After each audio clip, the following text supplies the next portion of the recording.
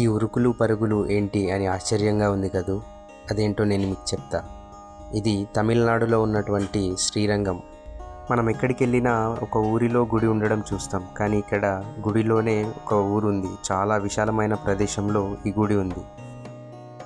ఒక దేవుని కోసం 12,000 మంది ప్రాణత్యాగాలను అర్పించిన సంఘటన మీకు తెలుసా? అయితే ఇది తమిళనాడులో ఉన్నటువంటి శ్రీ రంగనాథ స్వామి ఆలయం. అది 1323లో ఢిల్లీ సుల్తానులు ఈ ఆలయాన్ని దోచుకోవడానికి వచ్చినప్పుడు వారిని ఎదుర్కోవడానికి అక్కడ సైన్యం లేదు. స్వామివారి విగ్రహాలను దాచడానికి అక్కడ ఉన్నటువంటి అర్చకులకు కొంచెం సమయం కావాల్సి వచ్చింది. అప్పుడు అక్కడ ఉన్నటువంటి సాధారణ ప్రజలు గుడి ద్వారం ముందు ఒకరి చేయి ఒకరు పట్టుకొని మానవ హారంలా అక్కడ నిల్చున్నారు.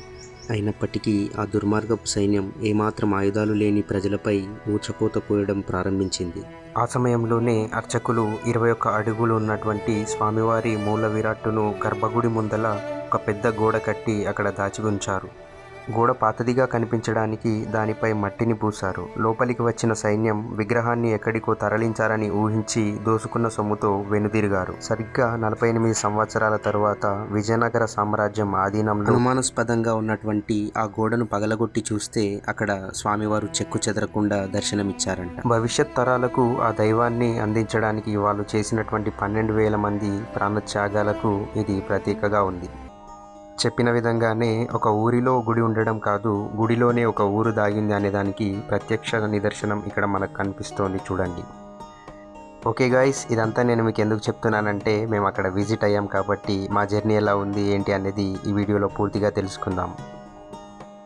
పూర్తిగా 13 అంతస్తులున్న ఈ ద్వారం 12 అంతస్తులు రంగురంగుల కర్రలతో ఉంటుంది. కింది అంతస్తు మాత్రం ఉత్తి సున్నంతో ఉంటుంది. అదెందుకంటే వాళ్ళ ప్రాణత్యాగాలకు ప్రతీక అంట. ఓకే ఫ్రెండ్స్, ఇక్కడ నుంచి మా జర్నీ ఎలా ఉందో మీకు నేను చెప్పబోతున్నాను. పాండిచ్చేరి కంప్లీట్ చేసుకున్న తర్వాత నేను మా ఫ్రెండ్స్ కలిసి శ్రీరంగానికి ప్లాన్ చేశామన్నమాట. అక్కడ నుంచి ఆర్టీసీ బస్లో మా ప్రయాణాన్ని కొనసాగించాం. శ్రీరంగం చేరుకోవడానికి మాకు అర్ధరాత్రి 2 అయ్యింది.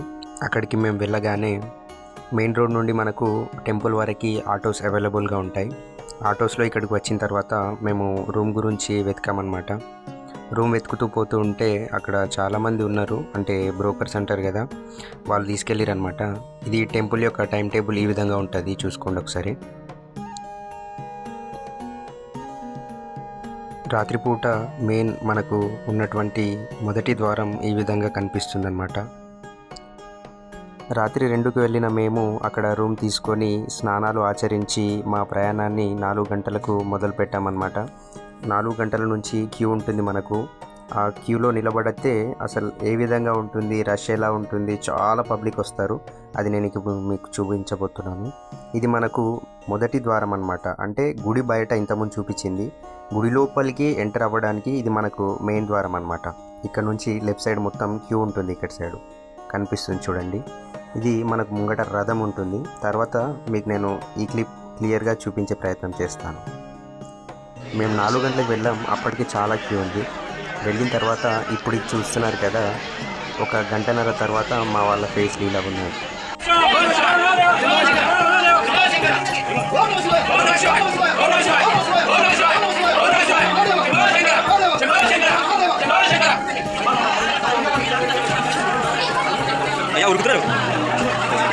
శంభో శంకర, శంభో శంకర, ఓం శివాయ, ఓం శివాయ. 2 గంటల తర్వాత ఆ మాత్రం చూస్తారు. జై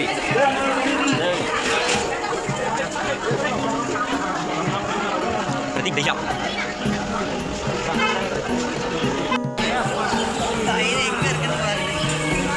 చూస్తున్నారు కదా దర్శనం కోసం ప్రజల ఆరాటం ఏ విధంగా ఉందో.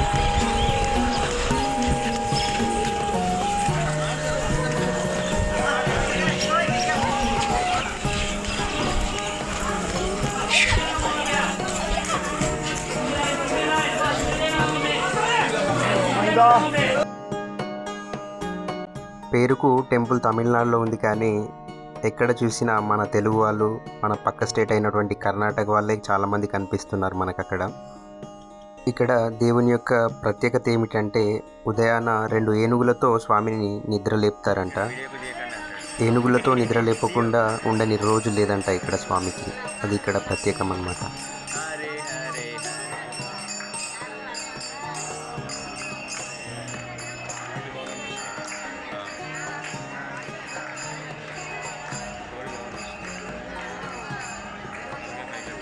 ఇప్పుడు చూస్తున్నారు కదా, భక్తుల పైన ఆ చీకటి నల్లగా కనిపిస్తుంది కదా.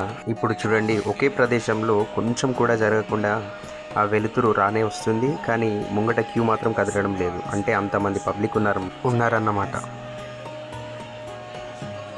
లెక్క పెట్టడానికి లేదు, కానీ థౌజండ్స్ ఆఫ్ పిల్లర్స్ ఉన్నాయి ఈ గుడిలో. చాలా పిల్లర్స్ ఉన్నాయి.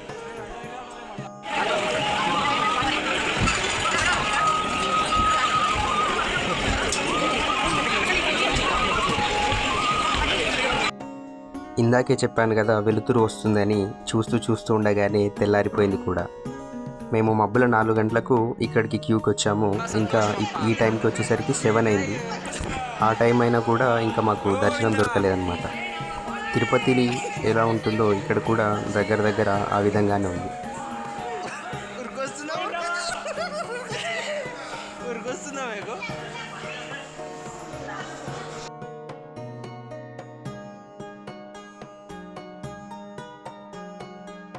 ఇది స్వామివారి గర్భగుడి ముందు ఉన్నటువంటి అలంకరణ అనమాట. లోపలికి మనకు వీడియో తీయడానికి ఆస్కారం లేదు, కాబట్టి ముందు నుంచి తిప్పి స్టాప్ చేస్తున్నాను. ఇంకా పక్కలకు ఉంటుంది.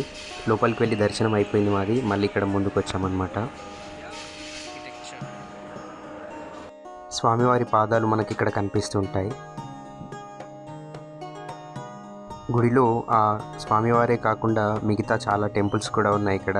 చిన్న టెంపుల్స్ పక్కన అమ్మవారి టెంపుల్ ఇది.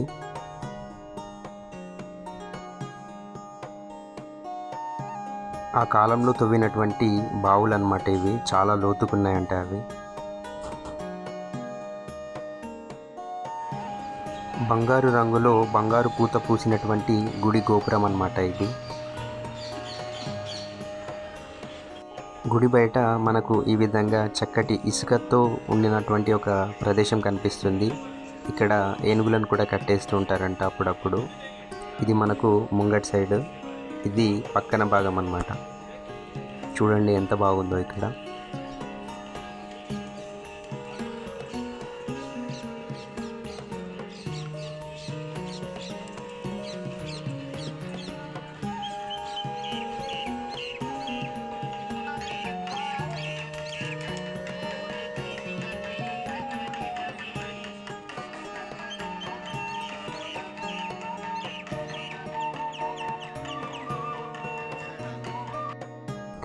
ఇక్కడ నుండి మా ప్రయాణాన్ని ముగించి మేము మళ్ళీ ముందుకు వెళ్ళడం జరిగింది. తమిళనాడులో ఎక్కడ చూసినా మన ఫుడ్ మాత్రం దొరకదు. అక్కడ ఉన్నటువంటి ఫుడ్తో అడ్జస్ట్ కావడమే. తమిళనాడులో మంచిగా అనిపించింది ఏంటి అంటే, ఎక్కడ వెళ్ళినా కూడా మనం తినడానికి అక్కడ అరటి ఆకులోనే మనకు అన్నం కానీ లేకపోతే ఇంకేమైనా టిఫిన్స్ కానీ పెడతారనమాట. అది చాలా బాగుంది.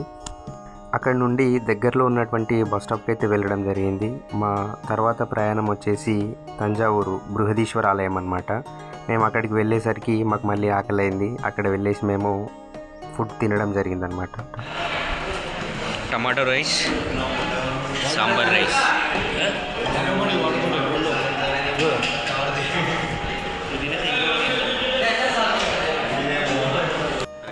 టేస్ట్ ఎట్లుంది? సంతోషమా?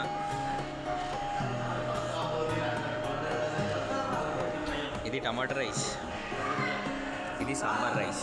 ఇది ఫ్రెండ్స్ మన వీడియో. బృహదీశ్వరాలయం టెంపుల్ గురించి తర్వాత వీడియోలో తెలుసుకుందాం. Thank you for watching. Thank you. ఏది బాగుంది?